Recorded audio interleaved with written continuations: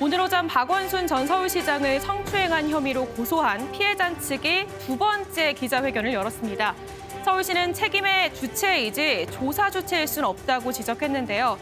피해자가 지난 4년간 서울시 내부 20명이 넘는 전현직 비서관들에게 도움 요청을 수차례 했지만 모두 묵살됐다고 다시 한번 강조했습니다.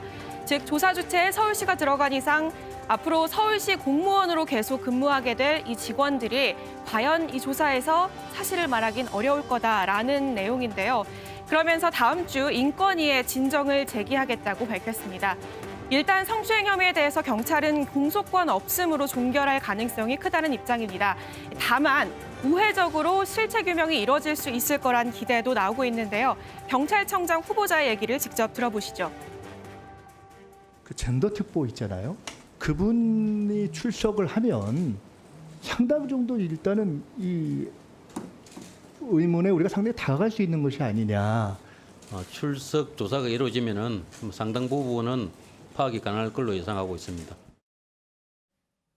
네, 박 전 시장의 사망 경위나 또 서울시 내부의 묵인 방조 의혹을 수사하는 과정에서 우회적으로 어느 정도 실체 규명이 가능할 수도 있다는 겁니다. 그렇다면 이 과연 주변 수사 잘 되고 있을까요? 일단 박 전 시장의 사망 경위를 확인하기 위해 휴대전화 세대에 대해 통신영장을 신청한 경찰. 하지만 법원은 이를 기각했습니다. 강제 수사 필요성이 부족하다는 이유였습니다. 그래서 경찰이 이번엔 서울시 직원들의 방조 의혹과 관련해 다시 한번 서울시청 청사와 박 전 시장의 휴대전화에 대한 압수수색 영장을 신청했는데요. 어제 법원은 이 영장도 기각했습니다. 범죄 혐의 소명이 부족하다. 또 혐의와 영장을 청구한 대상과의 관련성에 대한 소명도 부족하다는 이유에서였습니다. 막히는 강제 수사, 제대로 된 조사 이뤄질 수 있을지 오늘의 프레스콕입니다. 피해자가 성고충을 인사 담당자에게 언급하기도 했습니다. 직장 동료에게 불편한 내용의 텔레그램 문자를 직접 보여주기도 했습니다. 속옷 사진도 보여주면서 고충을 호소했습니다. 그러나 담당자들은 피해자에게 남은 30년 공무원 생활 편하게 하도록 해줄 테니 다시 비서로 와달라. 몰라서 그러는 것이다. 예뻐서 그랬겠지. 인사이동과 관련해서는 시장에게 직접 허락을 받아라. 성고충, 인사고충을 호소했음에도 불구하고 피해자 전보 조치를 취하기 위한 노력을 하지 않은 점, 성적 괴롭힘을 방지하기 위한 적극적 조치를 취하지 않은 점, 피해자에게 시장에게 인사이동 관련 직접 허락을 받으라며 책임을 회피하고 피해자가 계속 근무하도록 함으로써 결과적으로 피해자가 계속적으로 추행의 피해에 노출되도록 한 점 등이 인정된다면 추행, 방조 혐의 또한 인정 가능할 것으로 판단하고 있습니다. 고 박원순 시장의 성추행 피해 당사자의 변호인이 오늘 2차 기자회견을 통해서 추가 내용을 좀 폭로를 했습니다. 김태일 기자, 새로 나온 내용은 뭐예요? 그렇습니다. 지금까지 지금 유출 의혹 관련해가지고 경찰이냐 청와대냐 지금 두 기관이 의혹을 받고 있잖아요.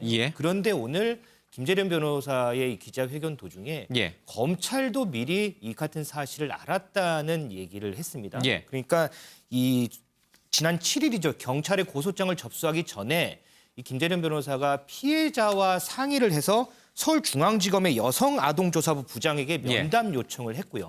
이 서울중앙지검은 그런데 이제 피고소인이 누군지 확인을 해야 면담이 가능하다 이런 얘기를 해서 이제 박 전 시장이란 얘기를 했고 그렇다면 다음 날 8일 오후 3시에 면담을 하자라고 했는데 그날 저녁에 일이 있어서 면담을 못 하게 됐다 이런 통보를 받았다. 그래서 우리가 경찰에다가 고소장을 접수하게 됐다 이런 사실을 오늘 기자회견에서 얘기를 했습니다. 기존에는 이 고소장을 접수하고 또 그것이 청와대로 보고되는 그런 루트, 쉽게 말하면은 경찰청과 그다음에 청와대의 그런 관계인데 여기에 검찰이라고 하는 새로운 변수가 생긴 거군요. 그렇습니다.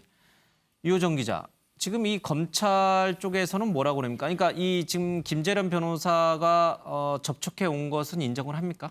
네, 그렇습니다. 그동안 이 유출 경로로 말씀하신 예. 것처럼 청와대랑 경찰이 언급이 되어 왔는데 두 기관 모두 유출한 적은 없다라는 예. 이 입장을 분명히 밝혔죠. 그렇다면 과연 이게 김재련 변호사의 가능성 제기로 검찰에서 새어나간 거냐라는 의혹이 새롭게 예. 제기된 상황인데요. 이에 대해서 검찰이 조금 전에 입장을 밝혔습니다. 김재련 변호사 얘기처럼 7월 7일 오후에 이 여조부로 전화가 온 건 맞다라고 인정을 했고요. 예. 그런데 면담 요청이었는데 절차상 맞지 않아서 부적절하다라고 답변을 했다라고 예. 얘기를 했습니다. 그런데 김재련 변호사 같은 경우에는 면담을 요청했을 때 검찰 입장에서는 누군지, 그러니까 가해자가 누군지에 대해서 얘기를 해야지 면담이 가능하다라고 해서 박 전 시장임을 밝혔다라고 했는데 예. 이 중앙지검 입장에서는 그때 당시에 검찰이 박원순 전 서울시장 관련 내용을 예. 알게 됐는지, 그러니까 박 전 시장을 명시해서 알고 있었는지에 대한 입장은 없는 상황입니다.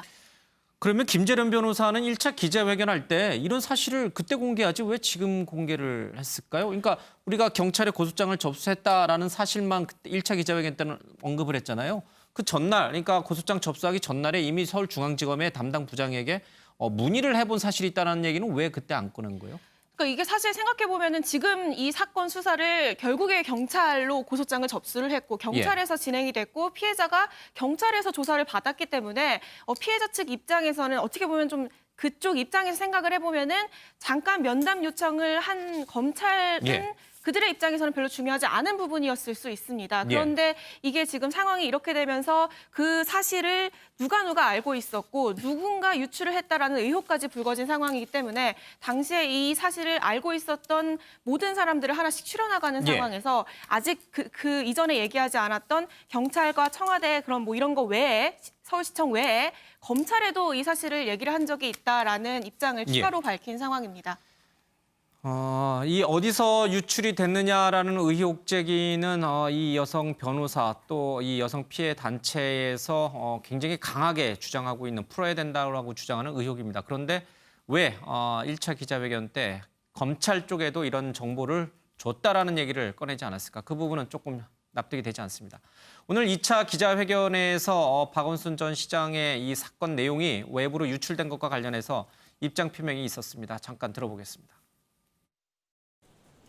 박 전 시장은 법률가였고 대권 주자였습니다. 구체적인 고소 죄명의 명확한 확인 없이 피소 가능성이나 피소 여부만으로 초유의 선택을 했을 거라고 쉽게 납득되지는 않습니다. 피해자 측의 고소 죄명이 명시된 고소장이 경찰에 제출된 시각 이후 박 전 시장의 연락 내역 등은 중요하게 확인되어야 한다고 생각합니다. 네, 이렇게 어떻게 유출됐는지를 중요하게 다뤄야 된다라고 주장하고 있는데 검찰에 알린 사실을 왜 오늘 기자회견을 했는지 그 부분은 조금 더 피해 단체든 아니면 김재련 변호사가 해명을 좀 해야 될 것 같습니다. 어쨌든 검찰은 자신들은 외부로 흘리지 않았다, 유출에 전혀 관여하지 않았다 이런 뜻인 거죠? 네, 맞습니다. 알겠습니다. 오늘 임순영 젠더 특보와 같이 일했던 남인순 최고위원, 더불어민주당 최고위원에게 여러 가지 관심이 좀 집중이 됐는데 먼저 화면으로 잠깐 보겠습니다. 임순영 젠더 특보한테 미리 보고받으신 거 있으세요? 박원순 전 서울시장님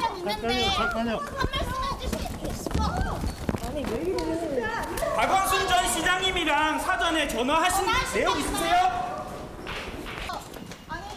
일주일 동안 아무런 얘기도 안 하셨어요.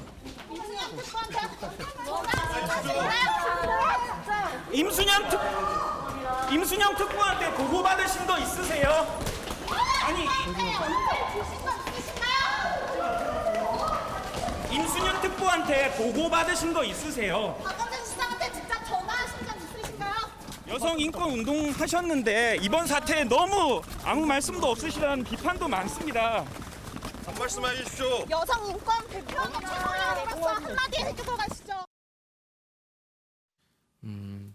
우리 윤영걸 대표도 또 우리 배종호 교수께서도 두 분 다 언론사 경력이 상당하시기 때문에 지금 방금 보신 화면을 어떻게 보셨을지 후배 언론인인 제가 좀 여쭙고 싶습니다. 기자들이 너무 과해요? 아니면 남인순 최고위원이 뭔가 언급이 있어야 되는데 회피하는 걸로 보여요? 저는 남인순 최고위원의 행동을 좀 이해를 못하겠습니다. 기자들은 잘하고 있다? 그렇죠. 기자들은 국민이 궁금해하는 걸 물어봐야 되잖아요. 예. 예? 제 원래 8일 날 오후 4시 30분에 고소장 접수가 됐는데 그 전에 오후 3시에 그 임순영 예. 그 젠더 서울시장 특보가 서울시장한테 실수한 거 있으시냐고 미리 물어봤잖아요. 불미스러운 일이냐? 그렇죠. 예. 그러니까 궁금하잖아요. 저 남인순 최고위원 보좌관 근무했거든요. 보좌관 출신. 네, 보좌관 출신이니까 관계가 있으니까 기자들은 국민이 궁금해하는 거 대신 물어보는 거죠. 답을 안 하잖아요. 안 하는데 계속 쫓아가면서. 그러면 뭔가 좀 대답해야 되니까 기자들도 힘들고 서로 힘든 거죠. 예. 전 그냥 앉혀놓고 그냥 있는 대로 좀 얘기를 해주는 게 어떠냐. 뭐 이렇게 예. 숨긴다는 인상을 주잖아요. 그리고 민주당의 이번에 여성 의원들이 좀 이번에 대처가 좀 미흡한 측면이 있었어요. 예. 기자회견을 과거에는 좀 많이 했었거든요. 예. 근데 이번에는 기자회견도 안 하고 서울시는 진상조사위원회를 꾸며라. 예. 이렇게 입장문만 내고 그 기자들하고 면담이나 이런 걸 한 적이 없어요. 그래서 제가 보기에는 이번에 좀 대처가 이거는 이 진영 문제가 아니고 남녀 문제도 예. 아니고 여성의 인권의 문제거든요. 굉장히 중요한 문제거든요. 거기에 대해서 좀 적극적인 예. 그런 말이 좀 필요하지 않느냐 이런 생각이 좀 들었습니다. 남인순 최고위원이 지금 이제 이 피해 여성을 옹호하고 있는 한국 성폭력 상담소 출신이기도 해요, 그렇죠? 그리고 그렇습니다.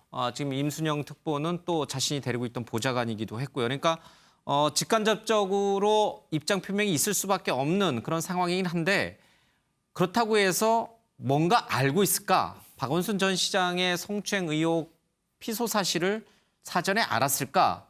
또 그것을 또 외부에 유출하는데 관여했을까? 뭐 등등 궁금함은 분명히 있을 텐데 정말 본인이 관여할 정도로 뭔가 깊숙이 이 사건에 연루가 돼 있을까? 그것은 또 다른 관점에서 한번 봐야 될 필요도 있어요. 네, 그 부분은 이제 알 수가 없죠. 다만 남인순 의원이 굉장히 곤혹스러운 처지에 있는 건 사실인 것 같아요. 예. 기자는 뭐 묻는 직업 아니겠습니까? 계속해서 집요하게 물을 수밖에 없죠. 대답 안 해도 그렇지만, 저렇게 쫓아다니면서 남인순 물어요. 의원은 답변하기가 굉장히 곤란한 상황이단 말이에요. 그래서 답변을 안 한 것 자체가 하나의 답변 아니겠습니까? 즉 답변하기가 굉장히 어려운 상황이다. 이낙연 의원 닮아가신 네, 것 같아요. 그런 것으로 해석할 수밖에 없는 상황이고. 예. 그럼 이제 왜 이낙연 의원은 곤란한 상황이냐? 예. 두 가지 아니겠습니까? 젠더 특보라는 임순영 젠더 특보가 본인이 데리고 있었잖아요, 보좌관으로. 근데 젠더 특보가 첫째 잘못한 것이 젠더 특보의 역할을 잘 못한 거잖아요. 젠더 특보라면은 젠더 관련 성범죄가 발생하지 않도록 예. 역할을 해야 되는데 결과적으로 그 역할을 제대로 못했기 때문에 정말로 있어서는 안 될 극단적인 일이 있었고 두 번째로 더 나아가서 고소 사실을 본인이 유출했다는 그 의혹에 지금 선상에 지금 있는 상황 아니겠어요? 예. 그러면서 더 나아가서 남인순 최고위원도 그렇다면 과연 남인순 최고위원은 몰랐을까? 혹시 남인순 최고위원도 임순영 젠더 특보로부터 보고를 받아서 알 수 있었지 않았을까? 보고할 위치는 아니에요. 이제 전 보좌관이니까. 예. 이제 임순영 보고까지는 특보가 아니지만 예. 이제 과거의 관계로 이제 상호 관계니까 예. 상의를 할 수 상위 있겠죠. 차원에서 예. 상위 차원에서 전화를 했을 수도 있고 상의를 했을 수도 있기 알겠습니다. 때문에 그래서 상당히 곤란해서 말하지 않았는가 이렇게 예. 생각이 됩니다. 혹시 뭔가를 알고 있다면 빨리 언급이 있어야겠죠. 뭐 모르고 있다면 어쩔 수 없이 무반응으로 나올 수밖에 없겠고요. 지금 잠깐 얘기가 나왔습니다마는 김태일 기자. 네. 지금 임순영 젠더 특보, 서울시 젠더 특보는 박원순 시장이 만든 자리예요, 그렇죠? 박원순 시장이 시장이 되면서 만든 자리예요. 양성평등 문제, 또 여성의 인권 문제, 또 성추행, 성폭행 관련된 문제를 풀어내기 위해서 특보 자리를 만들어서 거기에 시민단체 출신의 임순영 특보를 앉힌 건데. 자, 그러면은요, 이 박 시장이 여성 문제에 대해서 성폭력, 성범죄 문제와 관련해서 얼마만큼 진보적인 생각을 갖고 있는지 우리가 잘 알 수 있거든요. 근데 오늘 2차 기자회견에서 이 피해 여성 쪽의 주장은 무려 4년간 20명의 전현직 비서관에게 자신의 이런 고통을 호소했고 또 다른 자리로 옮겨달라고 전보 조치를 해달라고 요구를 했는데 다 묵살당하고 오히려 희롱을 당했다라고 지금 주장을 했단 말이에요. 임순영 젠더 특보한테는 그 호소를 안 했던가요? 일단은 오늘 이제 밝힌 내용은 그 4년 동안 이 서울시청 예. 안에서 인사 담당자 그리고 전현직 비서관들 20여 명들에게 이제 고통을 호소라고 했다고 하잖아요. 그 안에는 임순영 특보가 해당되는지 안 되는지는 아직 불확실하군요. 그렇습니다. 아직 이제 오늘 발표 예. 내용만 봐서는 그 20여 명 안에 임순영 특보가 있는지 없는지는 아직 확실하지는 예. 않고요. 그런데 이제 문제는 이들 20여 명이 다들 이 성추행 관련해서 예. 이런 고충을 듣고도 몰라서 그랬겠지. 예. 뭐 예뻐서 그랬을 거다. 너 다른 부서 가고 싶으면 시장한테 인사 허락을 받아라. 이런 예. 식으로 해서 이제 그냥 뭉개버렸다라는 거죠. 그렇기 때문에 이 피해자 측에서는 서울시 관계자들이 추행 사실을 이전부터, 그러니까 4년 예. 전부터 미리 알면서도 이렇게 성적 괴롭힘 방지를 위한 조치를 취하지 않아서 자체 내에서 지금 묵인하고 방조하고 있다. 지금 이렇게 좀 주장을 하고 있는 겁니다. 알겠습니다. 피해 여성 쪽의 주장이니까요. 일단 이 주장에 우리가 조금 더 귀를 기울여서 좀 사안을 좀 바라봐야 될 것 같습니다. 그럼에도 불구하고 4년 동안 전현직 그 비서관, 물론 이제 그게 인사 담당자일 수도 있겠습니다만은 전현직 비서관 20여 명에게 4년 동안 지속적으로 자신이 당하고 있는 성추행과 관련된 여러 피해 사실을 호소하고 또 인사 조치를 요구했는데 다 묵살당했다는 것. 서울시에는 여성 정책실장도 있고요. 지금 우리가 얘기했듯이 임순영 여성 젠더 특보도 있단 말이에요. 전현직 20명의 비서관에게 얘기했는데 그게 다 묵살될 정도면 서울시에서는 웬만큼 소문이 다 나고 이 젠더 특보와 여성 정책실장에게도 귀에도 들어갔을 것 같다는 생각이 얼핏 들어요. 그만큼 저렇게 비호가 됐다는 거는 서울시청 시장 비서실 6층 예. 그 박원순 시장 전 시장의 위상이 그만큼 컸던 거죠. 사회운동가이자 인권운동가로서 예. 영향력이 엄청나고 또 대권 주자고 서울시장을 예. 거의 뭐 9년째 하고 있으니까 그 위상이 너무 커서 예. 그럴 리가 없다. 그러니까 사람 개인에 대한 영향력이 예. 그만큼 커서 오히려 참모들이 20여 명이 일사불란하게 그걸 막았지 않느냐 이런 생각이 드는데 뭐 자초지종은 뭐 수사 결과로 예. 더 밝혀져야 돼요. 오늘 나온 거는 이제 피해자의 얘기일 뿐이니까 좀 더 밝혀져야 되는데 저 대기업에서 저런 인사 문제를 오래 담당한 사람 얘기를 들어보니까 저런 얘기를 듣기만 해도 나중에 듣는 사람도 같이 매도당할 가능성이 많다는 예. 거예요. 저런 건 시스템으로 만들어야 된다는 거예요. 예. 이런 얘기를 들었으면은 바로 그 공식적인 절차를 통해서 그걸 처리했어야 되는데 자기 선에서 몰라서 그런 거다. 예. 네가 예뻐서 그런 거다. 30년 공무원 생활을 편하게 할 수 있는 거다. 어떻게 보면 편하게 얘기한 건데 그 피해자 고소인한테는 그게 치명적인 아픔이고 씻을 수 없는 인권 유린이 되고 4년 동안 어떻게 보면은 질곡에서 그렇게 헤매게 된 그런 가장 큰 원인이 아닌가 이렇게 싶습니다. 예. 한 여성 방송인이 4년 동안 왜 침묵하다가 이제 와서 이것을 드러내느냐, 들춰내느냐라고 언급이 있었죠. 아마 그에 대한 화답 차원에서 오늘 이 김재련 변호사가 밝힌 것 같은데 4년 동안 전현직 비서관 20명에게 충분히 고통을 호소했다. 그러나 묵살당했다. 이런 얘기가 있습니다. 어떻게 이 전현직 20명의 비서관에게 호소를 했는데 이게 계속 4년 동안 묻혀 있을 수 있을지 이 부분도 좀 한번 규명이 좀 필요한 것 같아요. 어쨌거나 윤영걸 대표께서 말씀하신 것처럼 이 20명에 달하는 전현직 비서관들이 전부 박 시장을 옹호하고 지지하는 사람들이라면 서울시 전체가 그렇다면 이 민간합동 조사단을 꾸렸을 경우에 진실을 밝힐 만한 그런 위치에 있는가? 유호정 기자.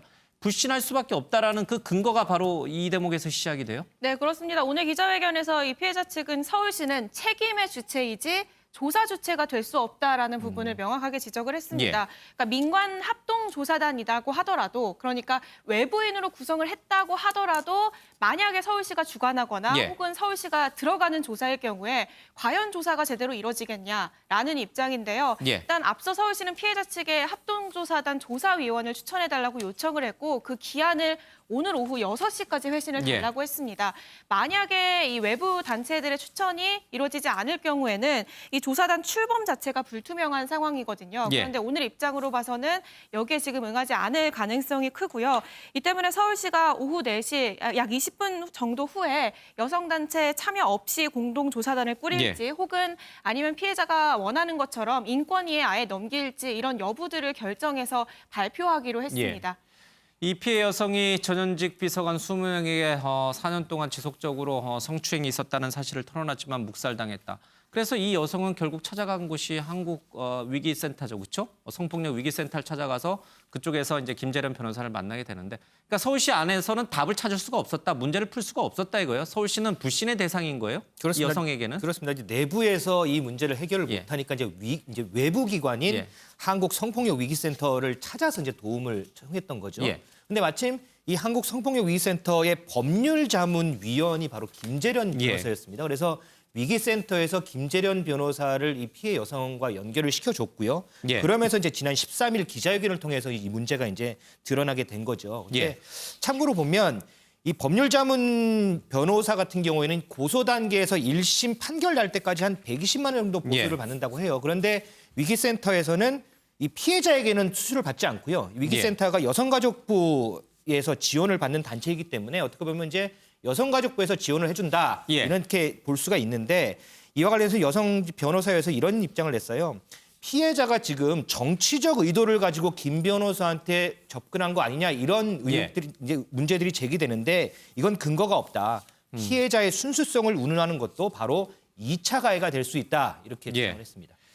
알겠습니다. 저희들이 피해자, 특히 이제 성범죄와 관련해서는 피해 여성의 입장을 조금 더 우리가 신빙성 있게 귀담아 듣는 그런 차원에서 이 문제를 접근하는 것이 옳다라고 저희들은 한결같이 얘기하고 있습니다.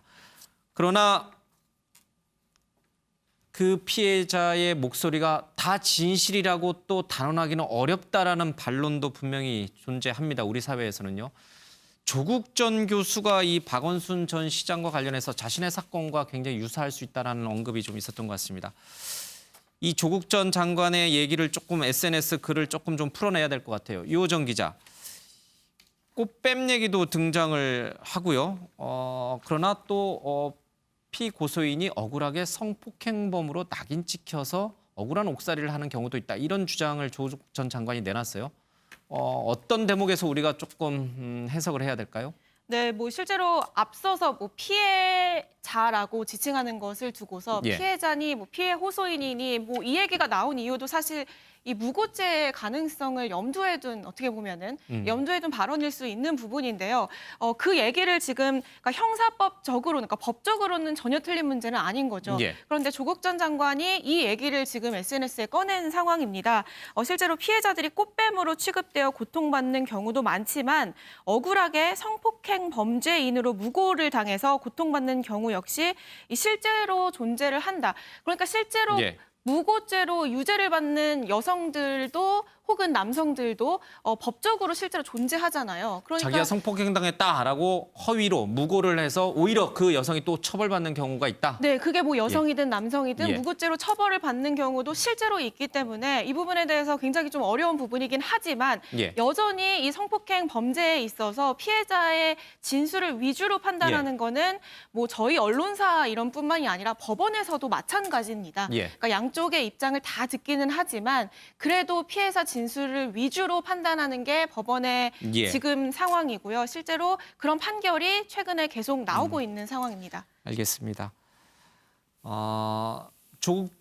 박원순 전 시장의 장례식이 끝난 이후에 이 피해 여성을 옹호하는 단체, 또 여성 단체, 또 변호사 등이 계속 이제 기자회견을 계속하면서 여러 가지 이제 성추행 관련된 의혹들을 쏟아내고 있고 또 유출 의혹까지 쏟아내고 있습니다.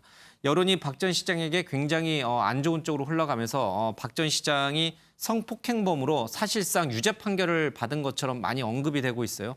조국 전 장관이 아마 그 부분을 염려해서 이런 글을 SNS에 올린 것 같긴 한데 사회적 분위기에서 봤을 때 적절하다고 보세요? 아니면 대단히 부적절하다고 보세요?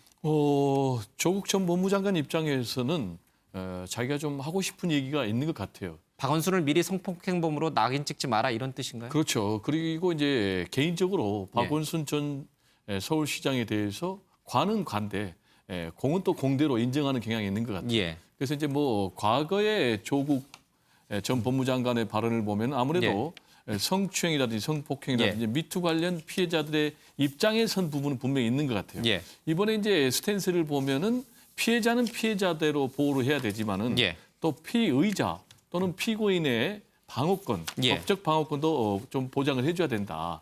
그리고 실제로 보면은 꽃뱀으로 몰려가지고 제2차 피해를 당한 사람도 있지만은 결과적으로 보면 무고를 당한 예. 그런 사람도 있기 때문에 좀 냉정하게 객관적으로 지켜보자라는 그런 얘기인데 지금 이제 미투 관련해서 진영을 떠나서 우리 사회 좀 모두가 좀 경각심을 가져야 될 부분이 미투의 본질이 뭔가 결국은 인간을 존중하는 거거든요. 인간을 하나의 인격체로서 존중을 하지 못하니까 예. 그 부분에 대해서 왜곡된 성인식이라든지 성인지 감성이 떨어지니까 그런 건데 이걸 자꾸 이제 뭐 진영 대결로 몰아간다든지 남녀 대결로 몰아간다든지 그러면 안 되고 우리 사회 모두가 진영을 뛰어넘어서 남녀 대결을 뛰어넘어서 피해자를 위한 연대로 최대한 나아가서 우리 사회의 예. 구조적인 성어가 남성 중심의 잘못된 구조 이런 것들을 좀 개선하는 데 힘을 모아야 되지 않나 이런 생각이 좀 듭니다. 알겠습니다. 오늘 서울시가 오후 4시에 입장을 발표할 예정입니다. 앞서 김재련 변호사를 비롯한 피해 여성 쪽의 2차 기자회견이 있었는데 이에 대한 여러 가지 관련된 입장을 서울시가 내놓을 것으로 보입니다.